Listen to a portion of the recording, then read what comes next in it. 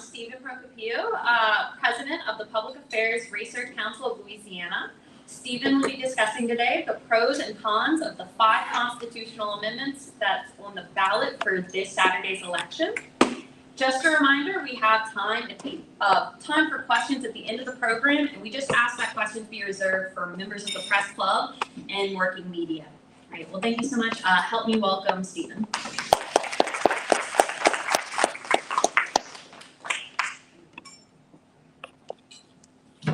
Thank y'all so much for having me. I really appreciate it. I always enjoy coming and talking to the press club. Just as we said, I'm Steven Procopio. I'm the president of the Public Affairs Research Council. PAR was set up over 75 years ago. So I think most people in here know what PAR is, so just in case and for the record and the people who have watched it at home. So we are a good government group. We've been around for a while. We work on several issues: fiscal issues, tax spending, education issues, good government issues like your right to know what's going on, public meetings law, ethics law, campaign finance law. These are all things that we get into very much, and then some other things that are sort of related to that. And since everything is related to the operation of government and everything's related to finances, we tend to get drawn into a lot of things. So I'm going to talk today about the constitutional amendments.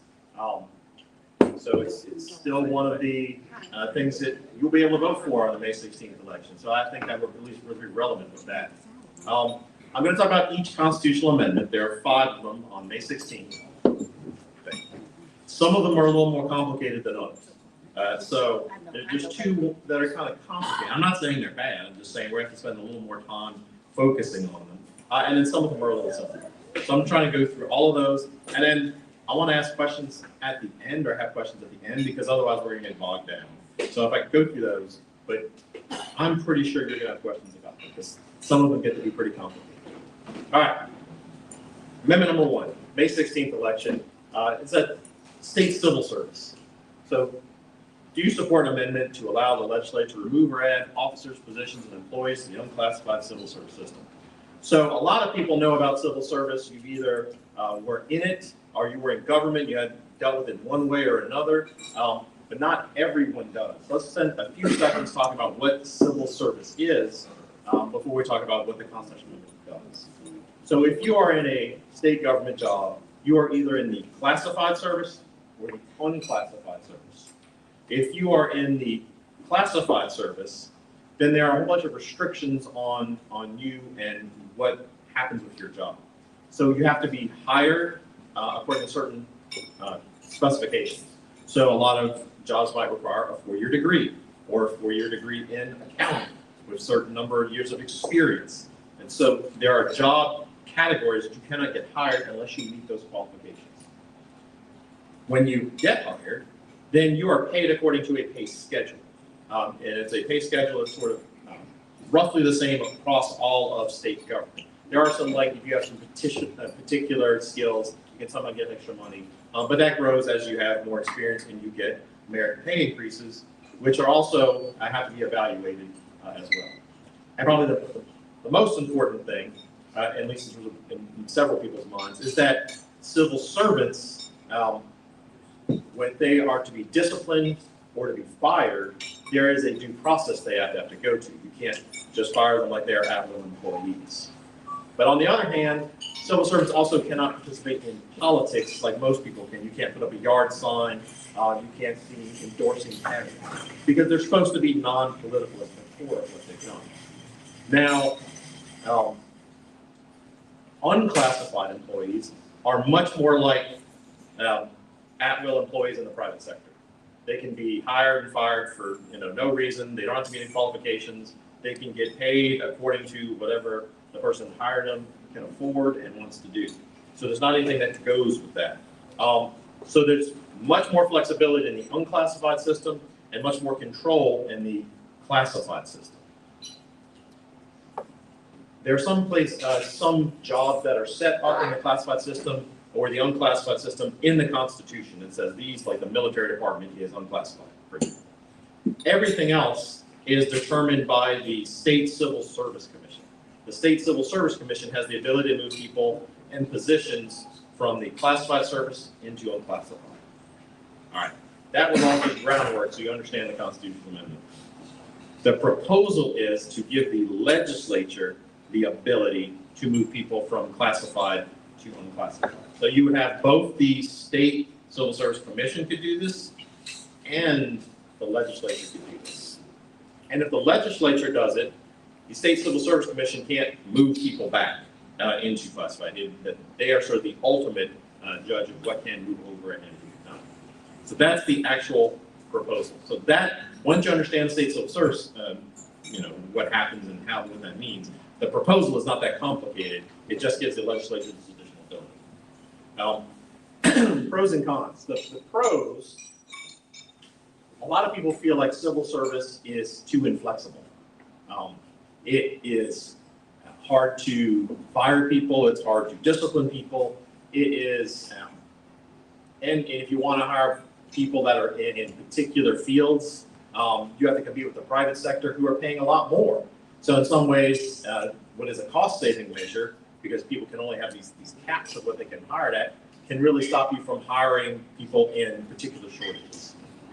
So that's part of the reason the legislature and the people that pushed it, and also some of the other supporters, would like this amendment to pass. So on the flip side, you have to remember why civil service was established in the first place. It was established because it was known as the spoils system. So you would have a president come in, and they would appoint all the positions, and they would not appoint them based on merit. They would appoint them based upon who supported them. So who got out, who voted for me, who gave me money, and those would be the people who would get the jobs. So the victor goes the spoils. And the next president would come in, and they'd fire all those people, and they'd bring all their people in. And I'm saying the president, that's really where the civil service really got its legs. But that was also an issue here in Louisiana as well. I mean, I think we were probably pretty good with that. So that is why it is sort of set up, was to try to move away from a political system into a merit-based system. And so now you have to pick, have we gone too far and we need to have some more flexibility unless you want to be for it, or are you concerned about corruption and you might be against it? That was a moderate level of it, just to give you all that. This next one, if I'm anywhere outside of East Baton Rouge Parish, this is a relatively easy one. This is the St. George School District. So the St. George School District, there's already, for those not from East Baton Rouge Parish, there's a recent municipality of St. George that was created not that long ago. They now want to set up a school district, so the St. George School District. To do that, you need a constitutional amendment. So the number one question of most people outside of East Baton Rouge is, why does there have to be a constitutional amendment? It's for a couple of reasons, namely, the Constitution says you do, but there's also a lot of funding sources that are affected by this. So, you think about the state MFP and other things. So in order for that school district to get state funding, there needs to be a change in the Constitution as well. So that's why we have to do it. It will require a vote, an affirmative vote, of both the whole state, like we do on every constitutional amendment, but also East Baton Rouge Parish. So it has to pass the voters of East Baton Rouge Parish as well as the state. I'll tell you, most people outside of East Baton Rouge don't really care one way or not about this. They'll probably vote either yes or just not vote on it, because it doesn't really affect them. So it's really going to come down to East Baton Rouge Parish and what they think and how that comes out. And I'm not going to go into all the pros and cons of the St. George. That is more of a local issue. They could probably spend a lot of time on. I have to answer it, but it's really a lot. You're going to have another breakaway school district, which the people of that area really want, but the people outside the area that are in the East Baton Rouge Parish school system are worried about the harm that's going to inflict upon them at a high level. Okay, next two are a little complicated. Teacher pay. So at a really high level, the teacher pay amendment is pretty simple. It's going to get an increase of $2,250 for teachers, and about a little less than half that for support staff. So if I stop right there, this is easy, we move on. The complicated part is how this is getting funded. So there are 3 trust funds in the Constitution. Those will be closed down, essentially liquidated. There's about $2 billion in those funds. And those funds will then be used to pay down retirement debt for the teachers' retirement system.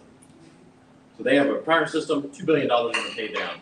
That's like you pay down your credit card bill or your mortgage, means that the note that school systems, they have to send to the pension system, because they don't have enough money to pay for the benefits, so they have to make sure they send some more money to essentially deal with some of the debt that's brought up over time.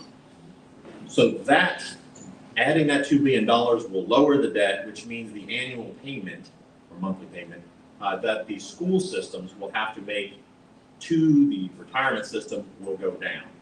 So their annual bill will go down.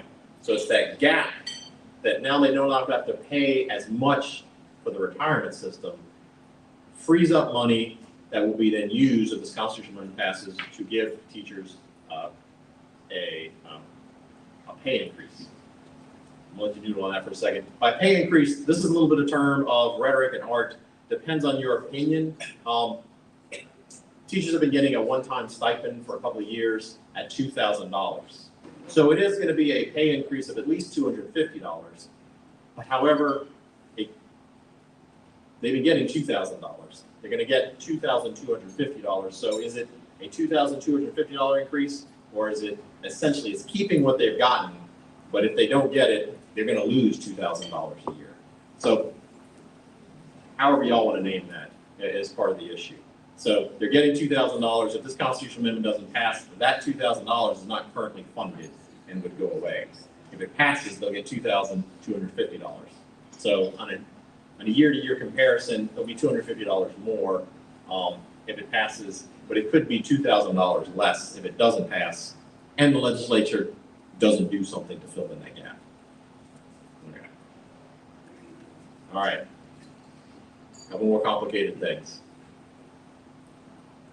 This savings that I talked about, for some school districts, it won't be enough to pay for the school costs, or for the teacher pay raise. In that case, the state is obligated to step in and make them whole. Some school districts will have more than enough savings to pay for it, and then they can use the excess on a variety of things like additional pay increases, early childhood, et cetera. So some school districts won't have quite enough, but the state will make up the difference, and some school districts will have more than the $2,250 will be required, and so they'll have a little bit of extra. Some of the reason behind this is what the funds currently make. It's just how some of the setup is. So the current investments for the 3 funds I was talking about make, I think about in 2025, they yielded about $70 million. For the retirement systems, they were paying about $250 million annually that they won't have to pay once you pay down some of this debt. So there's sort of the reason why this thing works mechanically in terms of actually lowering some of the cost of schools. You're lowering the cost of schools, and then those schools have money that they could spend on other things. The constitutional amendment says it, and you will spend that on a teacher pay increase. Okay. We'll come back in question time because I'm sure there's going to be questions. But as complicated as that one is, the next one's more complicated. So that was just a warm up for your brain. All right, how many people in here own a business? Actually, let's start with that. How many people own a business?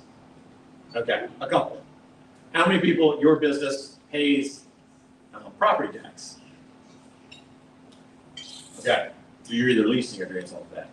So if your business, not you personally, pays property tax, part of what you pay property tax on is inventory or business inventory. So business inventory, just like the land that you have, the property, so you have to pay based upon the value of your land. If you have a residence, your residence, you have to pay the value of your house. You pay property tax on that, and that's assessed a certain way. Businesses, if they own inventory, which is generally things that are for resale, or that are used in the manufacturing process. So if you own a retail store, the value of your inventory is counted as property, and then you're assessed the property tax. If you own a car dealership, then the cars on the lot are worth, something, and that value gets added to your property tax bill. If you are a manufacturer, particularly in Louisiana, we have a lot of chemical manufacturers, oil and gas refineries. All of the materials that are used for that process count as inventory, and so those then are assessed for the value of those inventory for their property tax. Most states do not have inventory tax.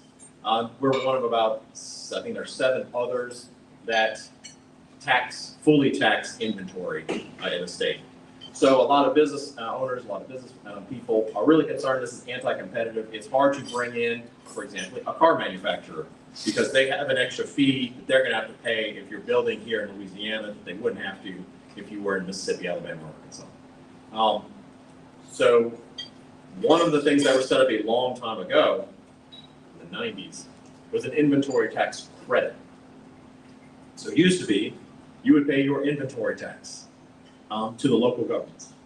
And then you would turn around to the state and say, hey, I paid an extra $1 million because of my inventory. That's very anti-competitive, but you said you would help me. And the state would give them a refundable tax credit.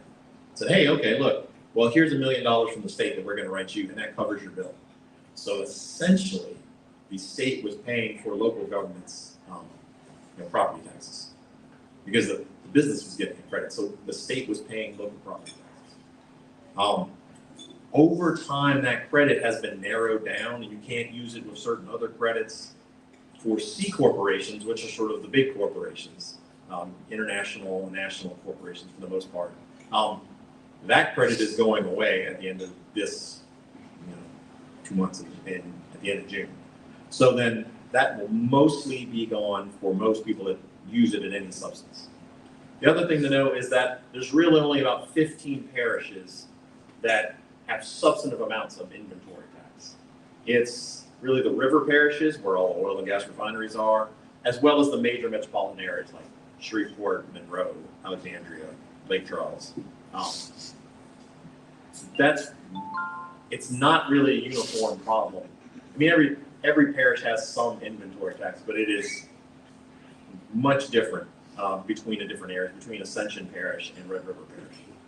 There's not a whole lot of inventory tax there. It's been a problem for a while. A lot of people always wanted to get rid of the inventory tax.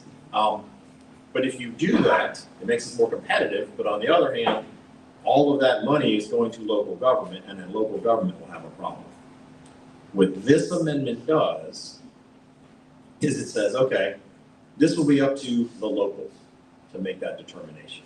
So if the locals want to eliminate the tax on inventory, they can do that. If they just want to lower it, then they can do that. If they eliminate the tax on inventory, they will get some money from the state, sort of a one-time amount of money, up to $15 million. And it depends on how much inventory you're bringing in, and also how fast you're going to phase it out. So there will be a one-time payment from the state. If you ratchet down or eliminate the inventory tax, you cannot ratchet back up or bring it back up. It's a one-way street. Another probably important part is the determination of whether or not this goes away is up to the sheriffs, the parish government, and the school board. All of those 3 groups have to agree to lower the tax on inventory for it to move forward. But then all of the people in the parish, all the municipalities or other taxing districts have to abide by those rules. So that is super complicated.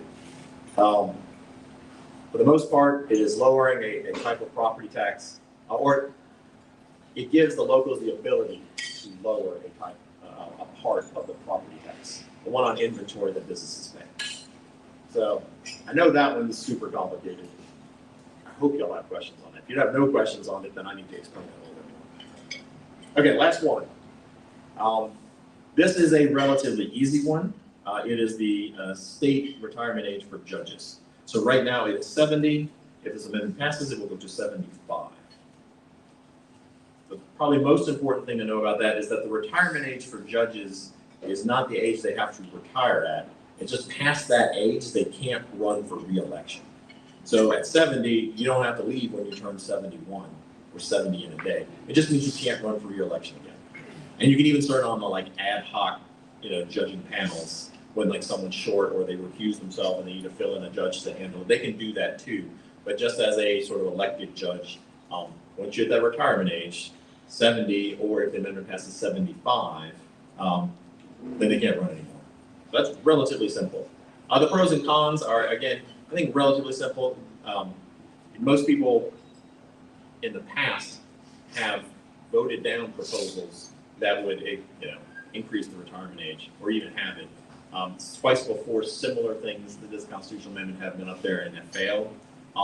The idea behind raising the raise is that we're losing potentially qualified, experienced people to be judges. And then the argument on the flip side is that, well, we put this in here because either we wanted more turnover in judges, or in terms of term limits, like sort of a de facto term limit, or we're worried about people's mental capacity as they became older. So that's really the sort of two sides of that. All right, that is about my time. I'm saving a little bit more time for questions because there are a whole bunch of them. So, questions on any of these?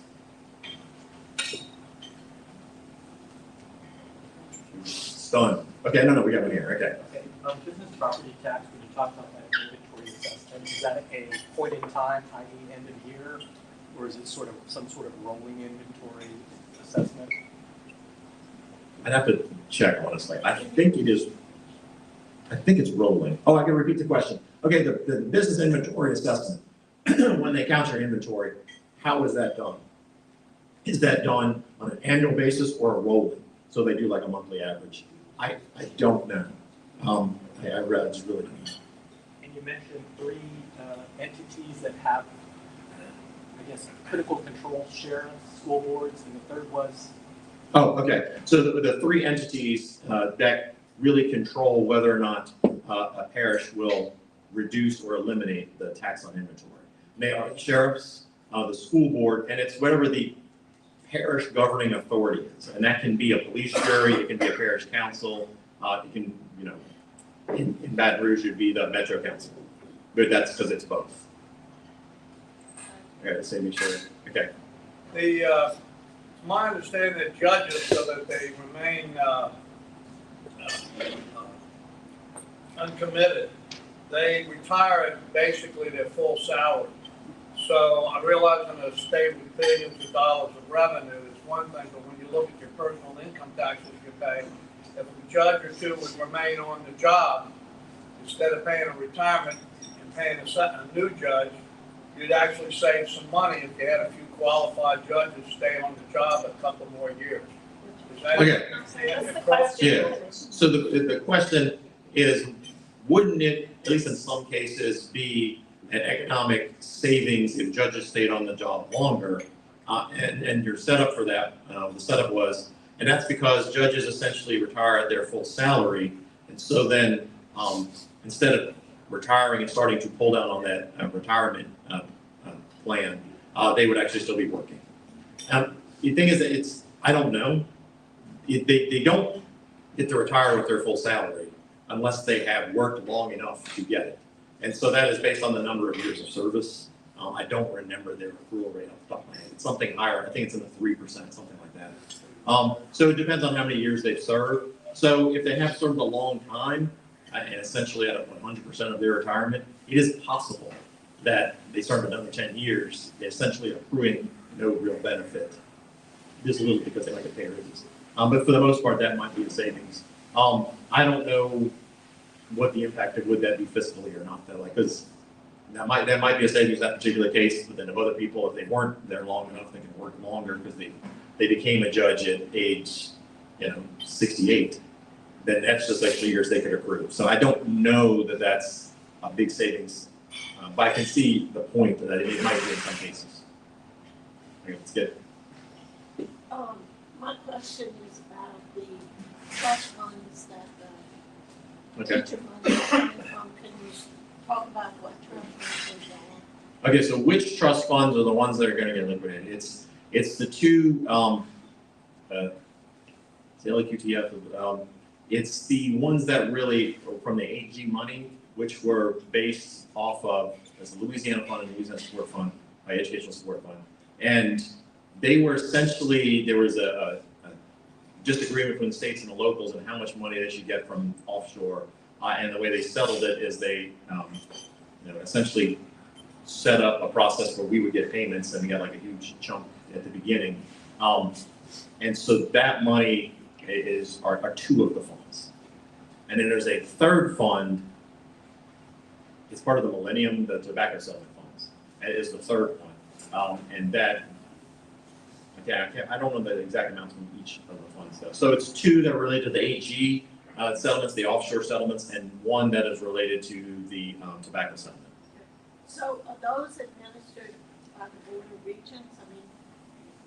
I mean, where are those dollars going? In other words, what are we losing?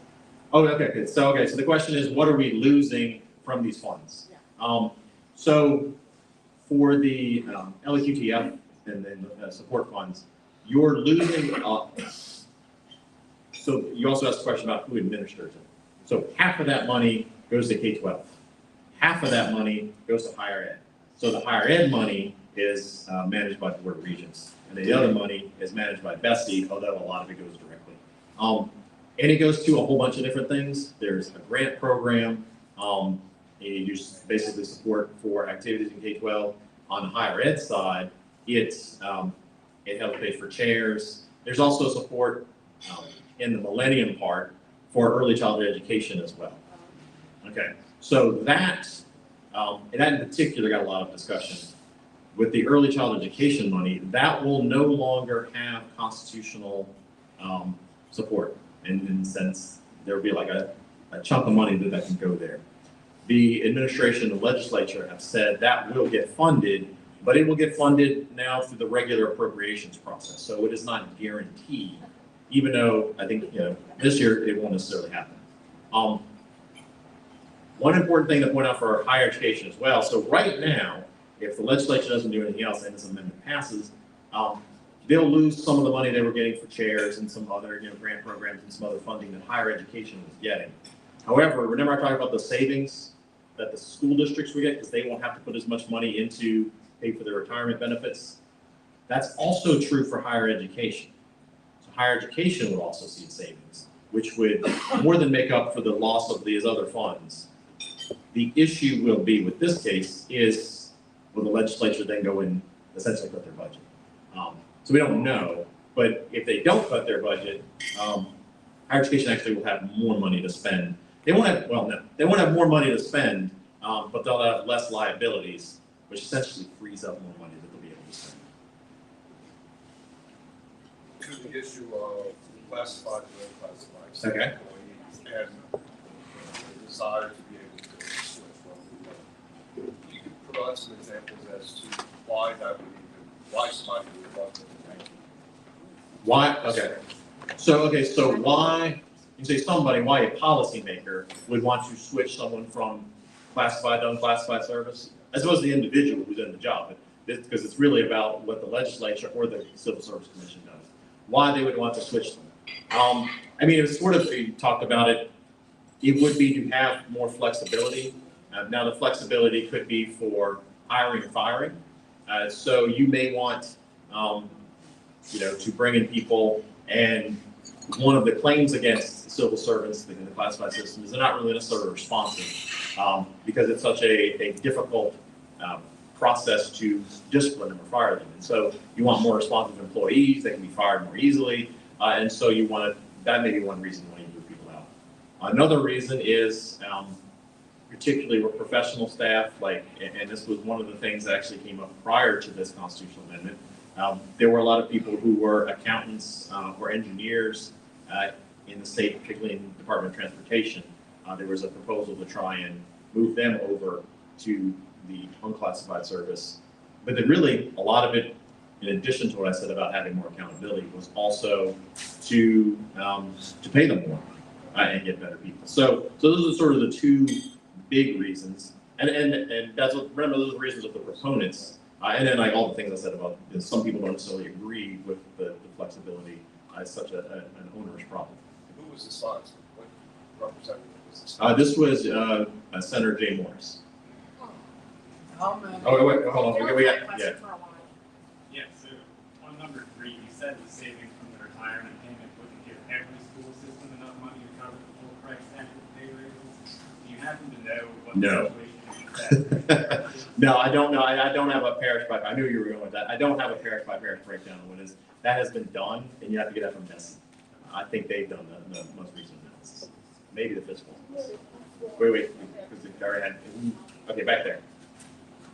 This is a question about amendment 4, the, when a parish chooses to, if they choose to drop the property tax inventory, is it a blanket prohibition or doing away with, or can they pick winners and losers, like company A, you're Okay. exempt, company B, we're leaving it in place, things like that, or Okay. if they lower it for one, do they have to lower it for all? All right. So I'll give the question, and then I got to walk through some things. So the question was, hey, if local governments decide on inventory tax to lower it or eliminate it, do they lower or eliminate it across the board, or can they pick, sort of like we have the industrial tax exemption or something like that? Like company A is going to get a complete, they're going to get a complete immunity from having to pay. This company can pay 50%. This company, they still have to pay their whole amount. Is that how much discretion will these groups have? Or will the local governments have in charging this? All right. Is that the essence of your question? Okay. So it is across the board. Here's where it gets a little complicated. It's across the board, but I feel like I need to sort of mention exactly how they're lowering these things. Because they're not lowering the property tax rate. They're lowering the assessment on property tax. It's a little complicated. Property tax assessments are based on market value. They are not actually market value. It depends upon your classification of the property. So if you have land that's worth $10,000, it is actually assessed at 10% of its market value. So it's $10,000. If you have business property that's worth $100,000, you will pay $15,000 because business property is assessed at 15% of its market value, and it's 25% for utilities. So the thing that will change is that 15% that's assessed on particularly inventory. So instead of being taxed or being assessed at 15%, the locals will be lowering that percentage down. Could be from 15% to 0, or 15 to 7.5, or 15 to whatever it is. So the action essentially happens at the assessment level. So it doesn't change the property tax rate. It just says this property in this parish is going to get assessed at this level, 15%, 10%, whatever those 3 groups that I talked about earlier. Whatever those 3 groups say is what the assessment ratio is. So it's not going to affect, companies won't have different assessment ratios, and they won't have different amounts, or the amounts will be on whatever their inventory is. It's not going to like one group is going to get a certain deal, another group isn't within a parish. Okay, all right. Now, and then some people also said, oh wait, trying to get all the people that haven't asked a question yet. Do you have any sense about the public engagement in the amendments? How much interest there is, how much knowledge there is, and what kind of sort of turnout you can see? There's going to be long ballots in some places, not as long as it would have been. But just if you have any sense. Yeah, that's a tough question. It's a really hard one for meetings. So the question is, how engaged is everyone? Do I get a sense of how engaged people are, how voters are, what the turnout could be possibly? And it's really hard to say because we get a lot of questions and we spend a lot of time trying to talk to people like doing this. And I've done probably between, my research director, I've probably done a dozen of these presentations. We did a webinar. So we spend a lot of time on this So we see a lot of people that are interested. So I can't really answer that. I will say we have probably gotten more questions about the new closed primary system than we have about the amendments. So, because that's new. Everybody's kind of gotten used to constitutional amendments, and they follow bar, where they look at the many other fine guides to the constitutional amendments that are out there. This one is new, and I don't think it's the people that's on their radar have a lot of questions, but it hasn't got on a lot of people's radar quite yet. So, relative to other years, I couldn't tell you. I'm gonna ask you a question I asked you before. PAR is pretty much, we don't need any more constitutional amendments. We got too many of them. We keep expanding the Constitution. Of these 5, how many of them really have some kind of constitutional issue in tie that requires it? I'm thinking the $2,250 pay raise for teachers. Of course, the funding mechanism is there, but Okay. what do you think? So, okay, that's a tough question. So the question was, hey, PAR has said multiple times, we have too much stuff in the Constitution. And so we should be very careful about what additional things we add in our Constitution. But I need to be really careful about that because not every constitutional amendment adds things to the Constitution. Some of them are, if you want to make this change, you can only do it via a constitutional amendment. And you can make arguments for or against whether all of these do or don't. I will say, for example, state civil service, that's in the Constitution. You have to have a constitutional amendment to do that. The St. George one, if you want funding, because that's how that funding is, that's constitutional amendment. The third one on the teacher pay raise, the way they are doing it, you can give a teacher pay raise without a constitutional amendment. But the way they are doing it on a couple of levels, it's the funding, because you are taking funds that are constitutional funds, and you're using that to then pay down debt. So you wouldn't have access to those dollars unless you had a constitutional amendment. Now, let me be really clear. I'm not saying these are necessarily good or bad constitutional amendments. I'm just walking through why there's a constitutional nexus. Inventory tax. There is not an inventory tax. There is a property tax, and in the state, that includes inventory as part of what counts as property, as opposed to immobile property. Okay? So in this state, anything that deals with property tax, if you want an exception or a change in how anything is assessed or what you have to pay, that is a constitutional amendment, which is why we notice, because we pay attention all the time, a lot of the amendments in the state are dealing with property tax.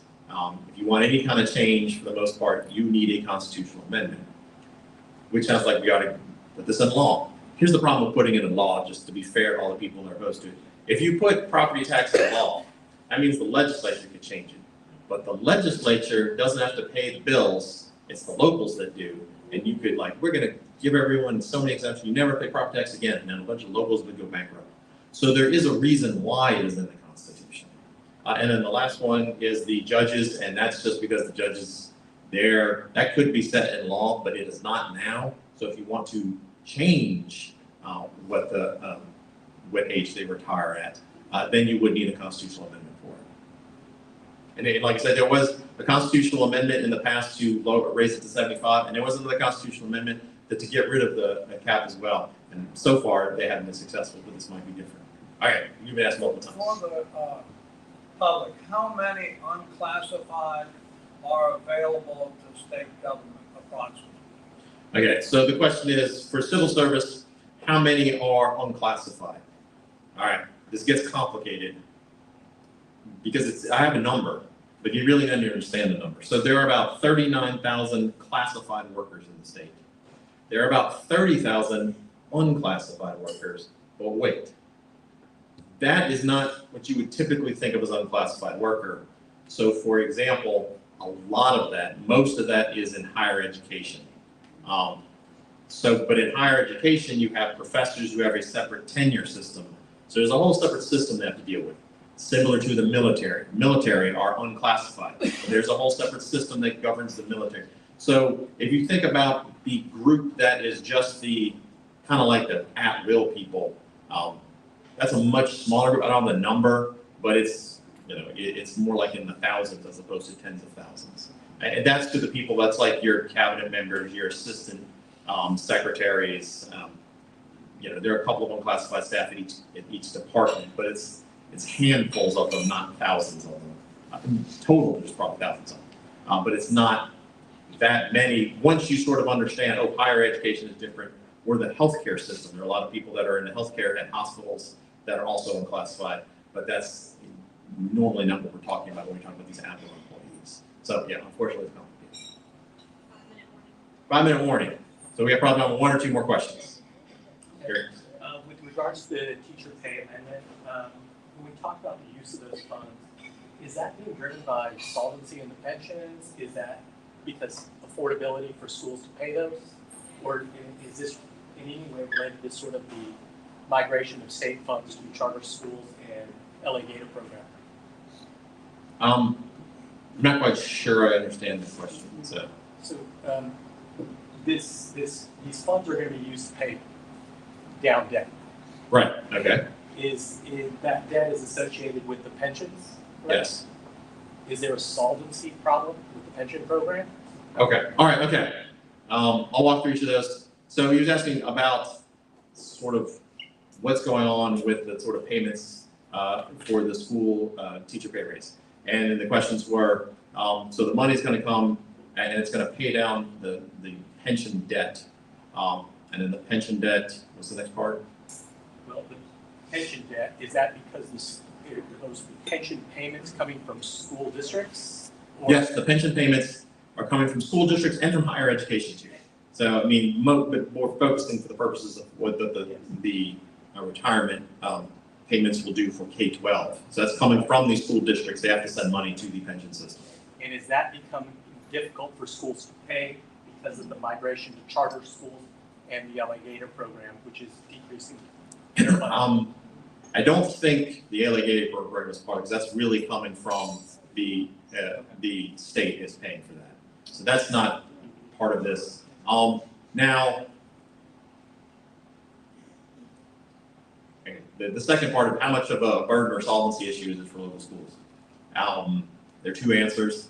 One is it's a lot of money they have to pay. So this is money they have to pay, and they're paying it so that their retirees and future retirees will have a pension. Is it? Are they going to go bankrupt? No, that's not going to happen. It is a burden, and I've heard lots of school districts and lots of teachers and lots of administrators say it is a burden. But I believe it's true. It is a burden. It's a lot of money. On the other hand, I believe how much the schools are paying has gone down over years as we've made payments from surplus and also just the normal payments that you would make. It has gone down. I don't want to say it is not a burden just because it's gone down.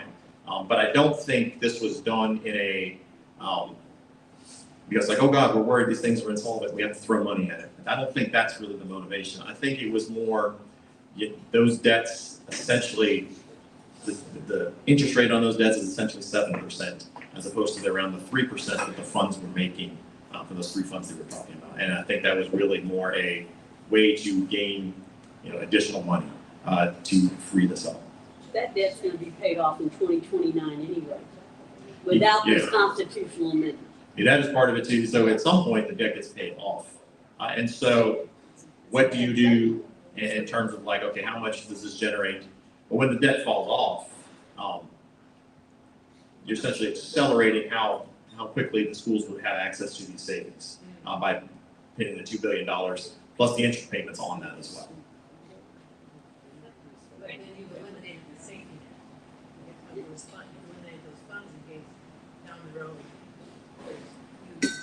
So the question is, by getting rid of those other three funds, you've eliminated a safety net. You've eliminated the use of those funds for those reasons. Those funds weren't safety net funds. We have a rainy day fund and a revenue stabilization fund for that purposes. So unless you had a constitutional amendment, you couldn't tap it because there's like a catastrophe. So they're not really eliminating the safety net aspect. They are eliminating the future use of those funds for the things they're being used for. I think Alex can cut it off. Oh, okay. Are we good? Yeah, one more. I can hold my breath for 30 seconds. She can hold her breath for 30 seconds. No My pressure. question, my question is about those funds. Do you know what percentage of them might be going to environmental research or environmental? Oh, so it may be, so there would be particularly a part, as part of the higher education part, that might have been going to particular grants. And they tend to be more equipment grants, like, oh, we need some more lab equipment. And some of that could have been going to environmental. But there isn't like an environmental tranche per se. So, okay, we good? Thank you. Thank y'all so much. Really appreciate your patience. It's been a complicated time. Thank you, Stephen. And if y'all have additional questions, y'all may be able to grab them before you leave the building. Absolutely. Just want to remind y'all of some upcoming speakers